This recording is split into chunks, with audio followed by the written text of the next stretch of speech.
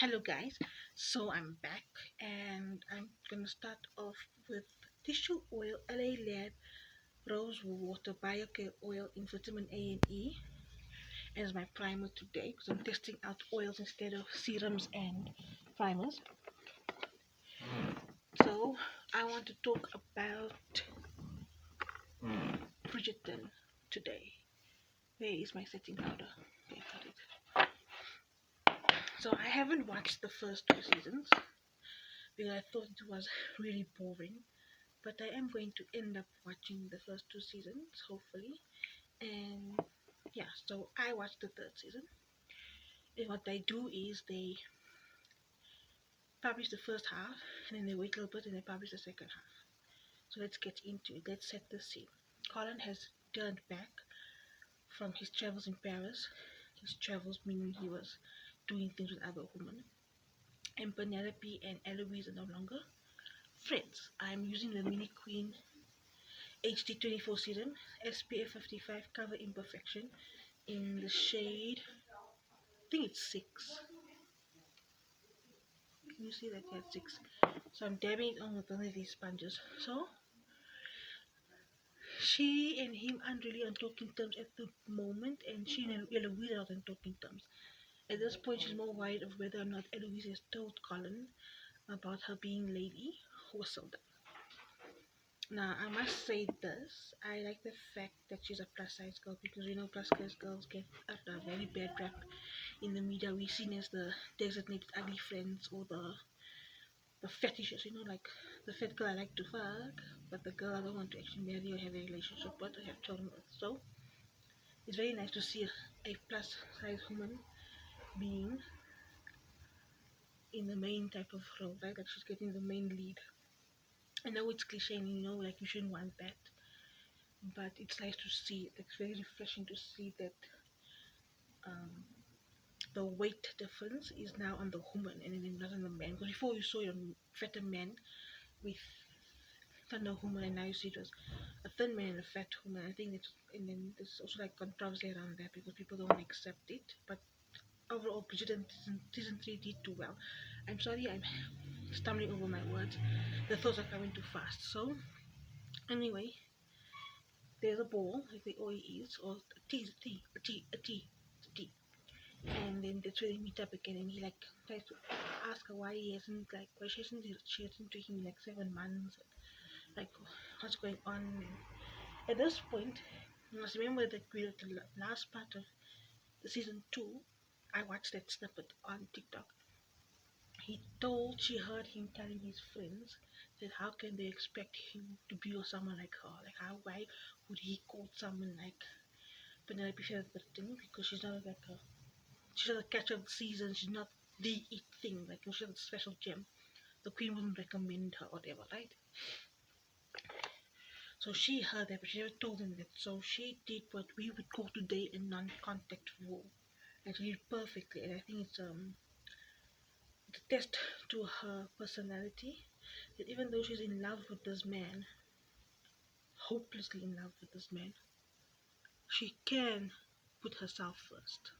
She has the ability and the self determination to know that her feelings and her peace of mind do come first and that she needs to choose herself all the time. Having said that, her look changes. So if you noticed in the first two seasons, like I saw from the snippets and stuff, she has like different types of styles to depict certain stages of her life. So in this stage is the wallflower becoming the main event, right? So she's more like not sexual but sensual in nature. And Colin notices as well as all the other townsfolk because she really wants to come into her own now because it's her third season out and she hasn't found a husband. If you know the Bridgerton series, if you're not like married by 25 and you're a spinster or 21 when you're a spinster, so yeah, pressure is on. She doesn't want to stay at home looking.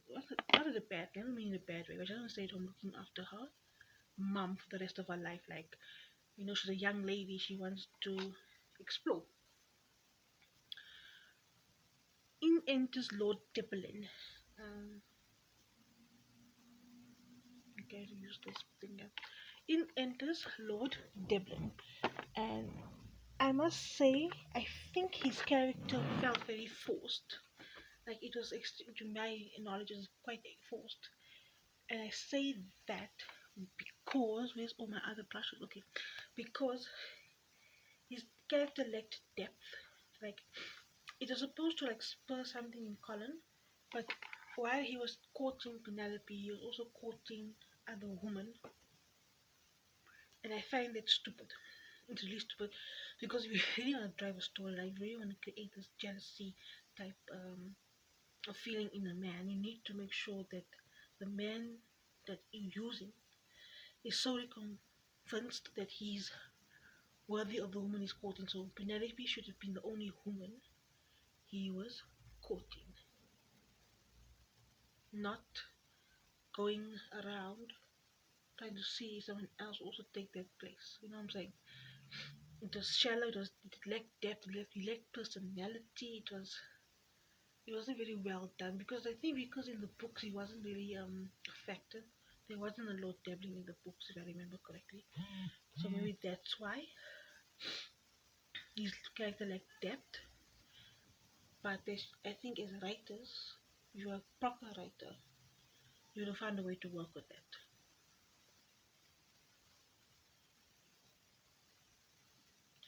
I'm using my eyeshadow palette. It used to have a name, but the name is gone now. But yeah, I'm using this one, this colors. I'm just reminding you, please do not um, take the entire brush. Don't load it up. You have to tap it off. So, anyways, create some depth there also. In one of the balls, I think it's the second one, he like he accosts her again, like he wants to know what the hell is going on. Why is she being so cold and distant towards him? Like even with Eloise, there's nothing going on with her and Eloise. What is going on? So she tells him, yeah, she knows she's not the catch of the town and she's embarrassment towards him. But she never thought that someone like him would be so close. She heard him at the all of the season, last season, and she runs off before he can get a chance to explain himself. I guess just buffed it into the skin.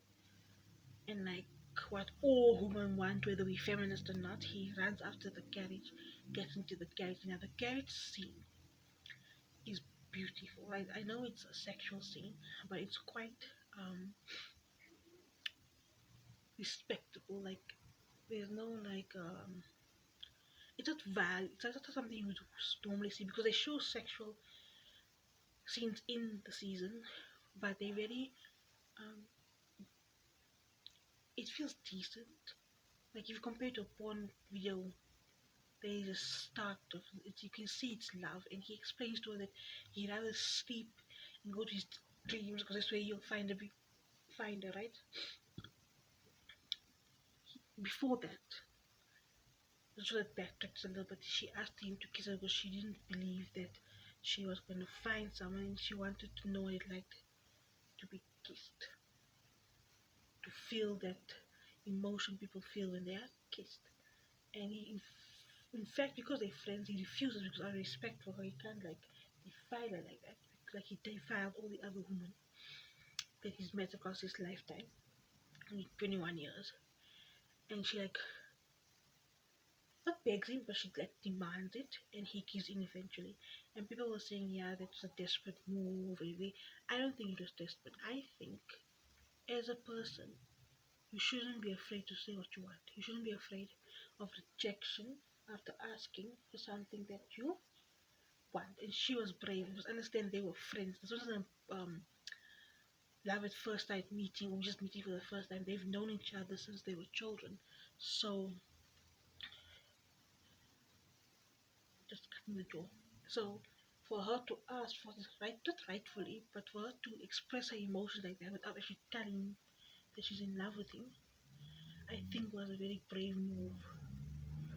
We must stop calling stuff like that desperation. When people express their feelings, they communicate their emotions. Do not call it desperate.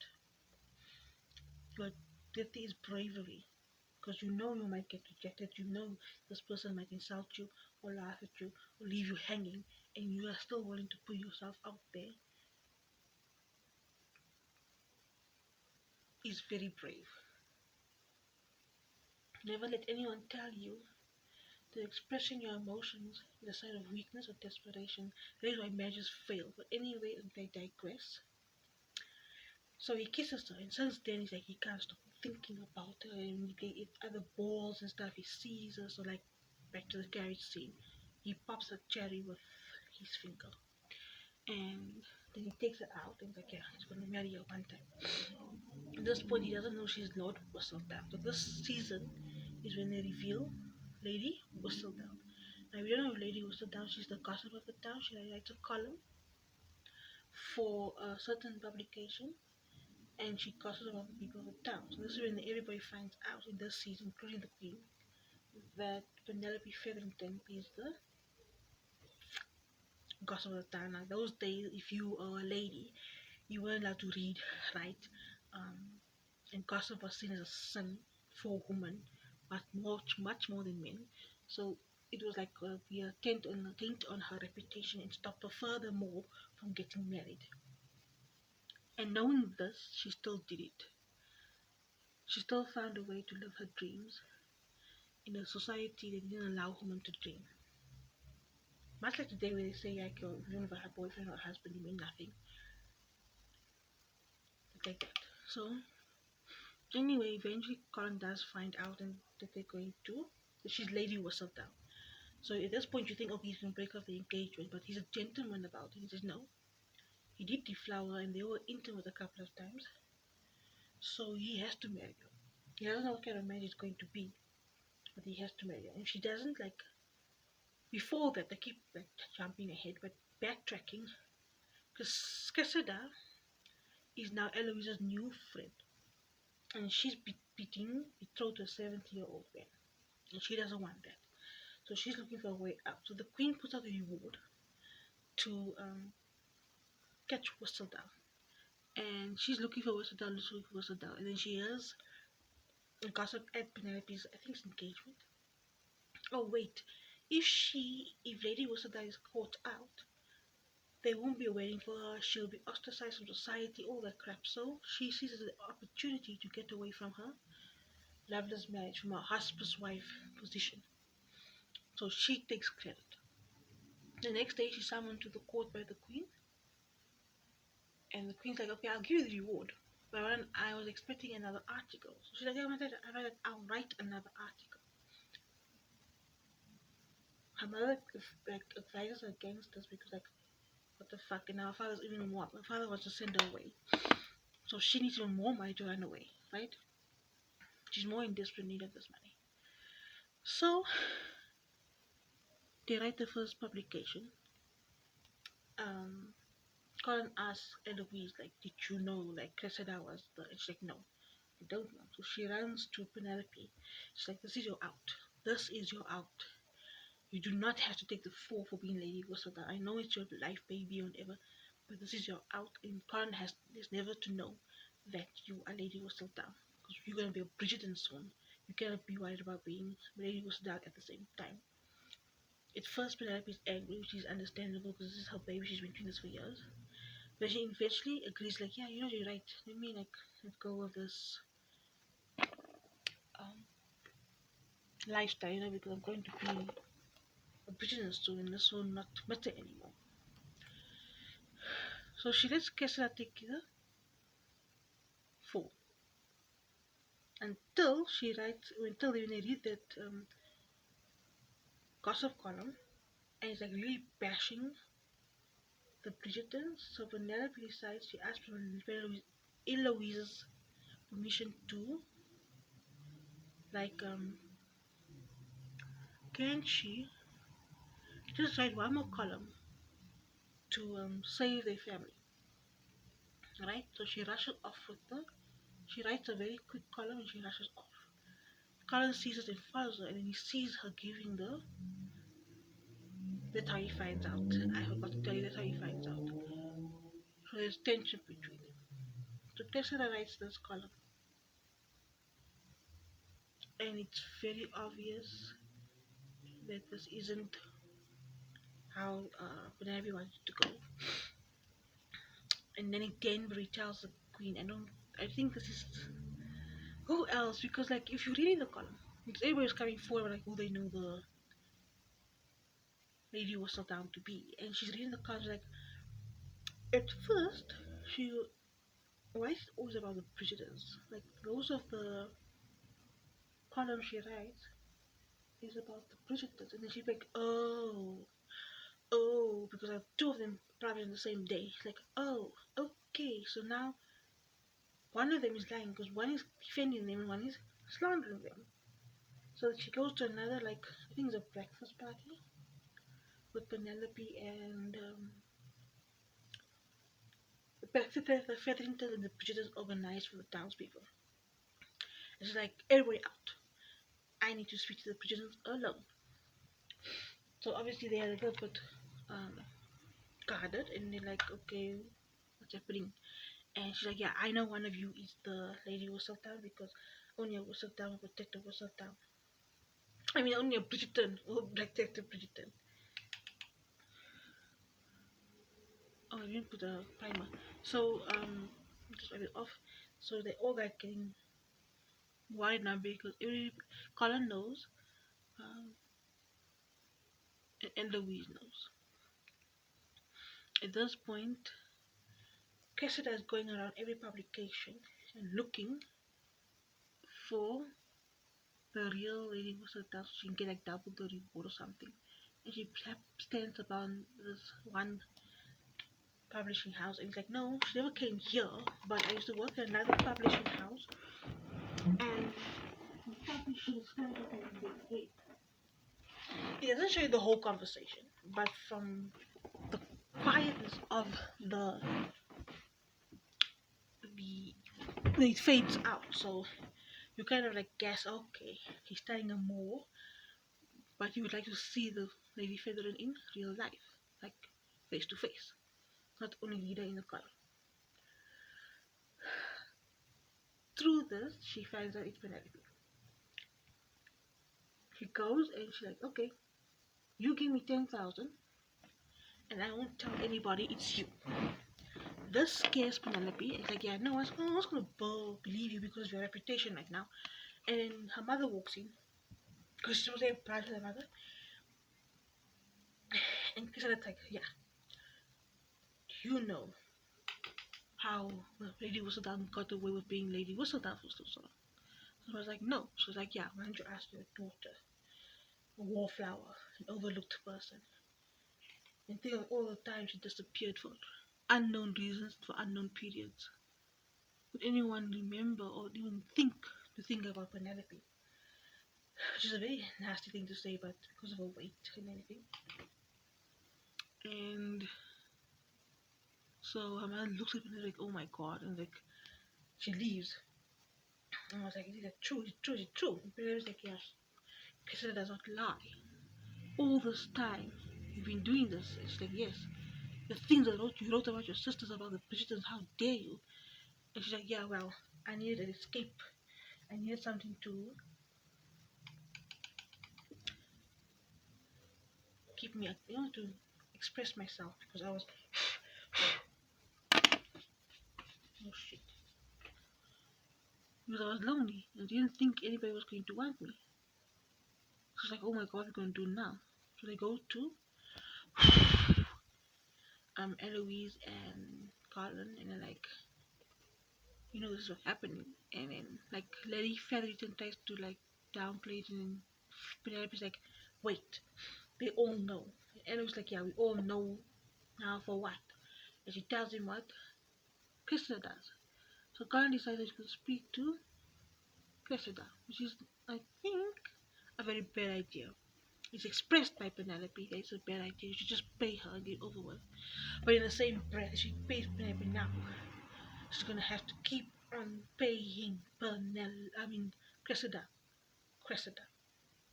So anyway, he goes, he messes it up, she now has 20,000. So everybody leaves, And Penelope thanks him for the counsel. She tells Colin, you know what, maybe I should come out. Let Lady whistle down.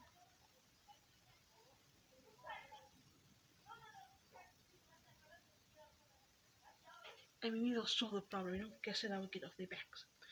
So there's debate about it, and it's like, okay, you know what, do what you need to do.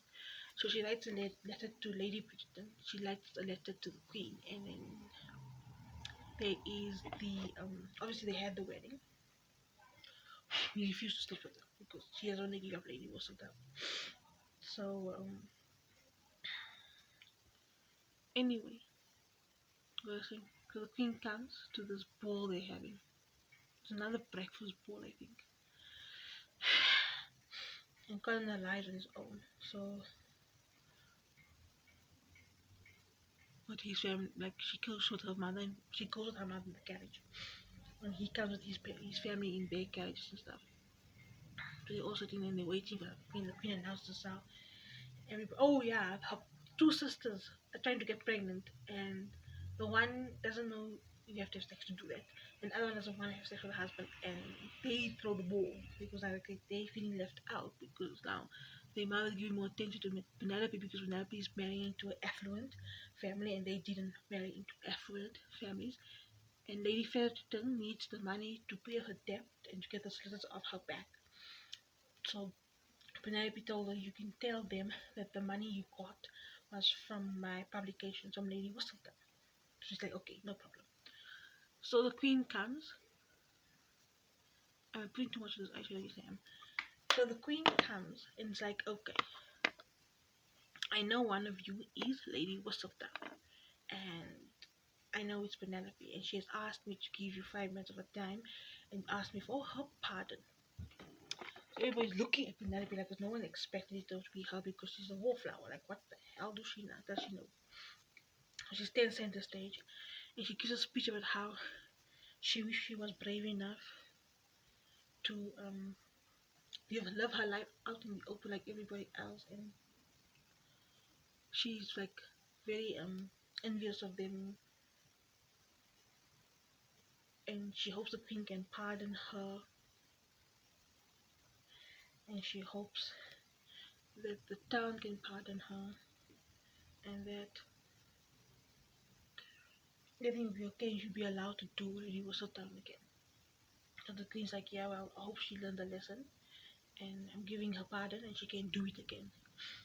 And this makes Colin happy because now he and his wife can like be open with each other and be okay with each other without any what you call it, problems, because the problem was that she wasn't telling anybody that she was Lady was allowing she was, well, she wanted to give it up and he wanted her to give it up, so there was tension there.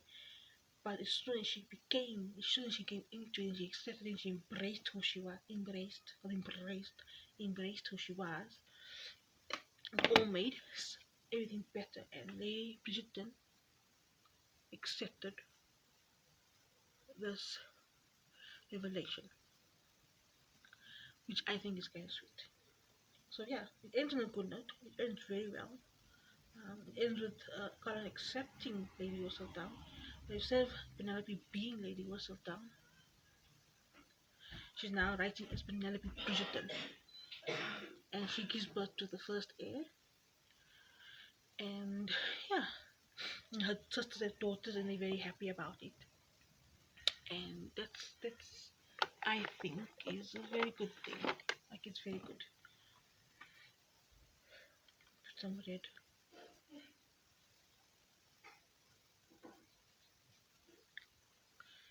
So yeah, Bridgerton. I think I'm going to watch these first two seasons. I know I didn't really do it justice. You have to watch it because I didn't do it justice. And there's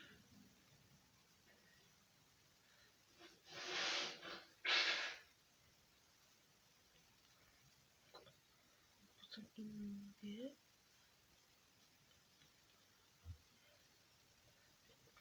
Do I carve it out? Let me carve it out.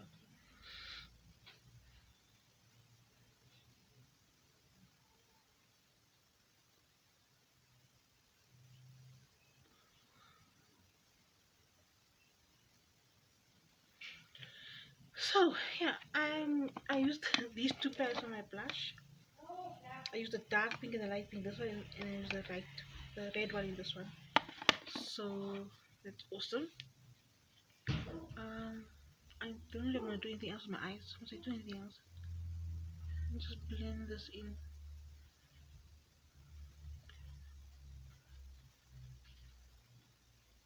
There we go. Okay, then I'm gonna add a highlight, my champagne highlight, which I like a lot. I think this is the best highlight ever. If I can, I'll buy another palette to my 3D diamond shader. And this is the color I'm using. It almost finished, almost hit pen. So we're just gonna go around here, just really working into the screen. I mean, they say if you want to shine, you must use Vaseline. If you want a glass-like effect, you must use Vaseline. And just do that into the temples, on the tip of the nose, on the bridge of the nose,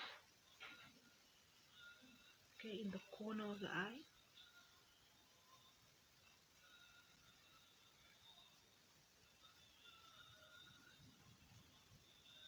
There you go. Once I put in the top of the lip, there we go. Okay, let me just do my eyes so I eyeliner quickly.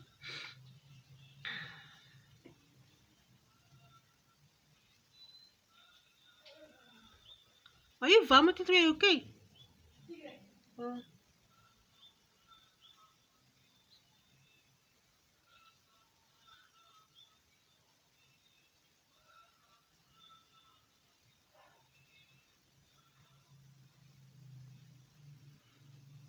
they're trying to get off cigarettes, so they're doing, they're smoking like a whole packet each, so they can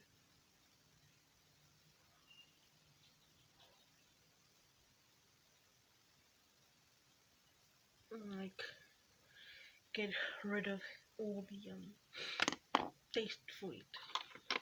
This is a very long video. It's a very long video, I know.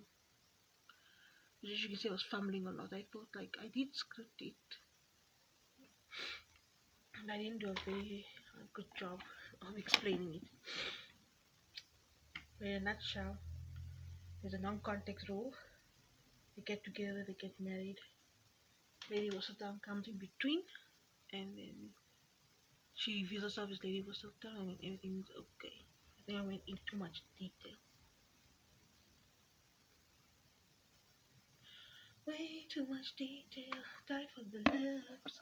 Using the same brush. Gonna use this red to outline. I'm going to use it down to outline my lips.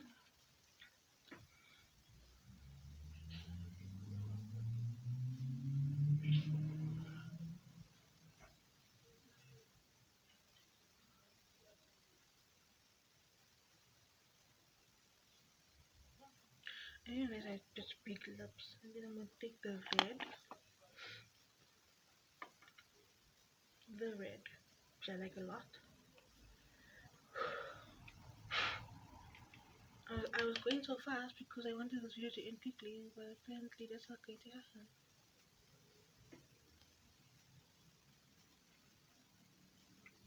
Don't forget to knock it off. I don't have taglines. I wish I did, because if I had taglines, this would make this much more easier, I guess.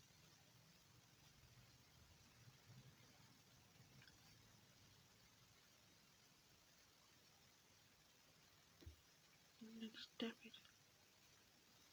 So you want it to have that natural look. It. Yeah, that makes this better.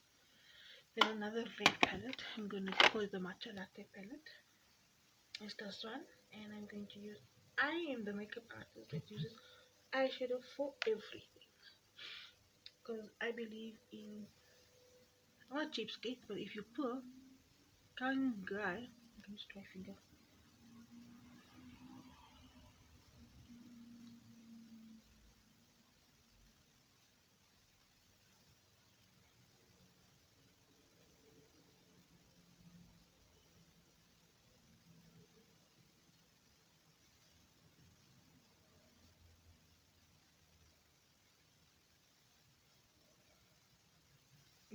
makeup look. Okay, so now I'm just gonna add some lip gloss.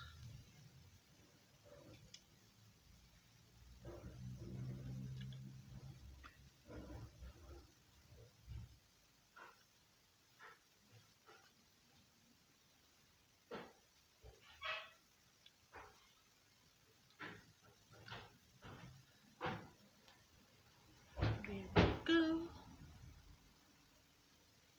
So add more color to my eyes. Let me just see.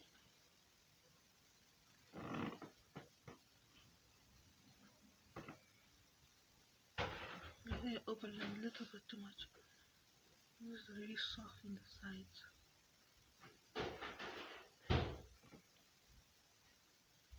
Oh yeah, I like it. I like it a lot.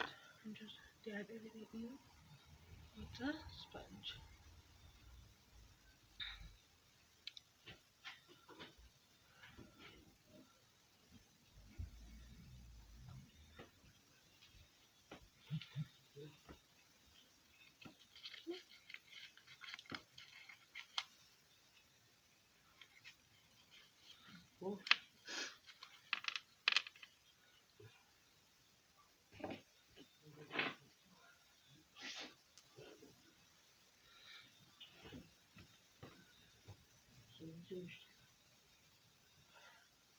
Hope you guys like it. Please like, subscribe, comment, share, and help me get me to 2 million subscribers so I can monetize this channel.